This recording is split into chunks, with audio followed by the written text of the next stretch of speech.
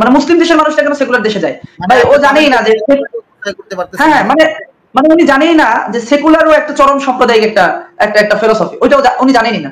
মানে হয়তো ওই যে নাম দিছে সেকুলার, বিষয়টা একটু ক্লিয়ার করি রবি। সেকুলার মানে ধর্ম নিরপেক্ষ। আচ্ছা কোন মানুষ কি নিরপেক্ষ থাকতে পারে? নিরপেক্ষতাও তো একটা পক্ষ, নিরপেক্ষতাও তো একটি পক্ষ, এবং সে আরো মানে সে আরো কঠিন মানে উগ্রপক্ষ। সেকুলারিজমের ডেফিনেশনটা যদি আমরা দেখি, যে তারা যারা ধর্ম বিশ্বাস করে তারা চায় মানে ধর্ম রাষ্ট্র যেন আলাদা থাকে। এর মানে আপনি রাষ্ট্রীয়ভাবে আপনার ধর্ম পালন করতে পারবেন না, রাষ্ট্রীয়ভাবে কোনো ধর্মীয় নীতি রাখতে পারবেন না, সামাজিকভাবে রাখতে পারবেন না। ঠিক আছে, মানে কতটা উগ্র হইতে পারে।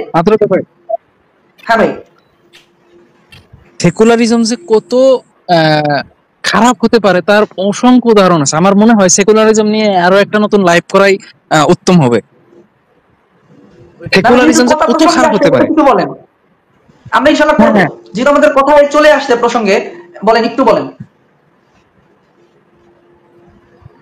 আপনি একটা জিনিস খেয়াল করে দেখেন যে সেকুলারিজম ডিফিনিশন বলতেছে যে আপনি রাষ্ট্র থেকে ধর্মকে আলাদা করেন। এর মানে আপনি বাংলাদেশে 18 কোটি মানুষ, 19 কোটি মানুষ, 16 কোটি মানুষ মুসলমান, বা 15 কোটি মানুষ মুসলমান, 15 কোটি মানুষ আপনারা চাচ্ছেন যে ধর্মীয় আইন বাস্তবায়িত হোক, বা আমরা ধর্মকর্ম রাষ্ট্রীয়ভাবে মানি, সেগুলো বলতেছে যে নো, হবে না। 18 কোটি মানুষের দাবি বা 18 কোটি মানুষের চাওয়ার কোনো ভ্যালু নাই। ঠিক আছে, এই হলো, তাহলে চিন্তা করেন কতটা উগ্রবাদী হচ্ছে সেকুলারিজম, কতটা। তো এইটা কিভাবে নিরপেক্ষ হইতে পারে? মানে এইটা কিভাবে নিরপেক্ষ হইতে পারে, আমার তো মাথায় আসে না। তো এই বিষয়গুলো মানে এই বিষয়গুলো আসলে আমাদের শিক্ষিত মুসলমান যারা আছেন, এরা এই বিষয়গুলো আসলে ওইভাবে খেয়াল করে না, বা ওইভাবে তারা কখনো বুঝতে চায় না। ঠিক আছে, আসলে যেইভাবে সঠিকভাবে বোঝা উচিত ওইভাবে তারা কিন্তু বুঝে না। মানে সেকুলারিজম মানে মনে করে ধর্ম নিরপেক্ষ, যার যার ধর্ম শেষে পালন করবে, সেকুলারিজমের স্বাধীনতা দেয়। কিন্তু বাস্তবে কি এইটা সেকুলারিজমকে যার যার ধর্ম সেই স্বাধীনতা দিচ্ছে? না, কখনো দিচ্ছে না। মানে ধর্মকে পুরোপুরি ব্যান করে দিচ্ছে তারা, ধর্মকে পুরোপুরি ব্যান করে দিচ্ছে। এবং তারা যারা সেকুলার না তাদেরকে তারা সহ্য করছে না। মানে যারা সেকুলার তাদেরকে তারা মহান মনে করছে। মানে সাম্প্রদায়িকতা কোন উগ্র লেভেলের, যে সেকুলার তারা মহান, সেকুলার যারা বাইরে তারা মহান না।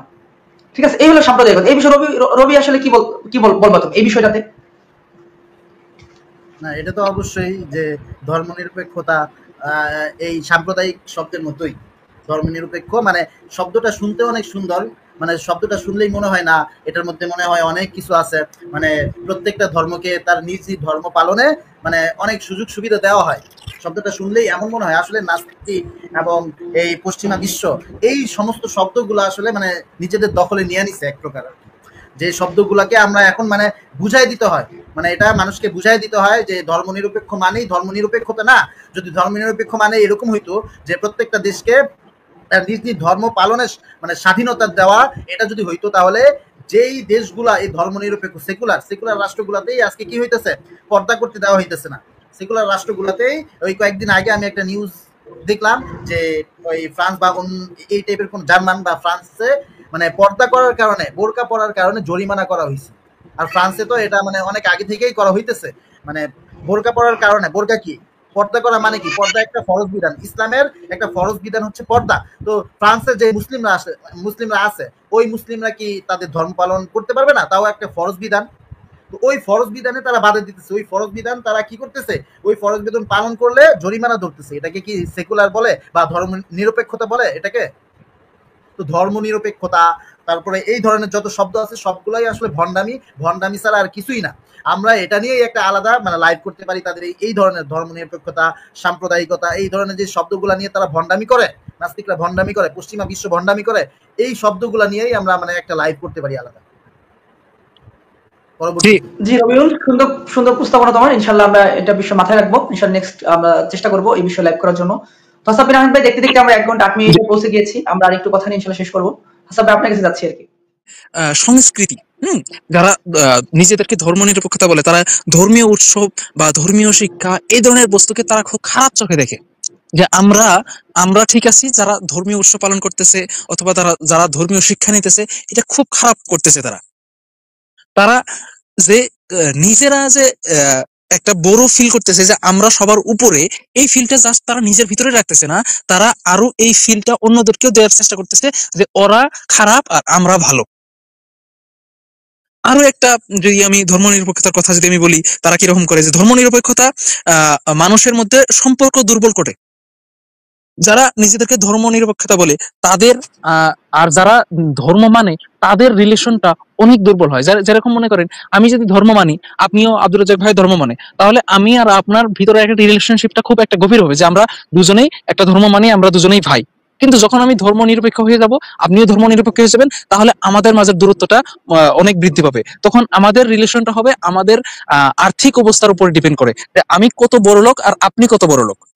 যদি আপনি গরিব হন আর আমি বড় লোক হই, তাহলে আমাদের রিলেশনটা অনেক দুর্বল হয়ে যাবে। কিন্তু যদি আমরা দুজনে বড় লোক হই, তাহলে আমাদের রিলেশনটা ভালো হবে। বুঝতে পারতেছেন ভাই? হুম হুম আরো একটা যদি দেখেন যে ধর্মনিরপেক্ষতার সংজ্ঞা আর এর প্রয়োগ বিভিন্ন দেশে বিভিন্ন মতে। যেরকম মনে করেন যে একজন সেকুলার, ভারতবর্ষের একজন সেকুলার, সে কি বলবে যে আমার ওয়াইফ যদি কারোর সঙ্গে কারো হাত ধরে, কারো বা কেউ যদি আমার ওয়াইফের হাত ধরে, তাহলে আমি কিছু মনে করবো না, ঠিক আছে। কিন্তু একজন আমেরিকার সেকুলার, সে কি বলবে, যদি আমার ওয়াইফকে কেউ আমার ওয়াইফের হাতে কিস করে, তাহলে আমি কিছু মনে করবো না। হ্যাঁ, কিন্তু আবার অন্য দেশের একজন সেকুলার, সে কি বলবে যে যদি আমার ওয়াইফের কেউ মাথা থেকে যদি কাপড়ও সরে যায়, তাহলে আমি অনেক কিছু মনে করবো। তো দেখুন, সেকুলার হওয়ার পরেও একটা দেশ ভেদে তাদের যে কর্ম, তাদের যে চিন্তা ভাবনা, এটা কিন্তু পরিবর্তন হয়ে গেছে। তো এর বর্ডার লাইনটা কোনটা? দেখেন, কিছু সেকুলার মনে করতেছে যে আমার ওয়াইফের মাথা থেকে যদি কাপড় সরে যায়, তাহলেও আমি অনেক কিছু মাইন্ড করব। আবার কিছু সেকুলার মনে করতেছে যে আমার ওয়াইফকে যদি কেউ ধরে, জাস্ট অল্প হাত ধরে, তাহলে আমি কোনো কিছু মনে করব না। আবার কিছু দেশের সেকুলার, তারা মনে করতেছে যদি আমার ওয়াইফের হাতে কেউ কিস করে, তাহলে আমি কিছু মনে করব না। তাহলে এই বাউন্ডারিটা কে ঠিক করে দিবে? আপনি যদি সেকুলার হয়ে যান, এই বাউন্ডারিটা কে ঠিক করবে? এটা একটা খুব গভীর একটা কোশ্চেন। যেমন বাউন্ডারিটা কে ঠিক করবে? একটা লিডার তৈরি করা উচিত। তো এই ধর্মনিরপেক্ষ নিয়ে অনেক আর উনারা অনেক খারাপ পর্যায়ে যেতে পারে, সেকুলারিজম হয়ে অনেক খারাপ পর্যায়ে যেতে পারে, যেটা আমি অনেক আগেই বললাম যে একটা বড় একটা লাইভে করা যেতে পারে।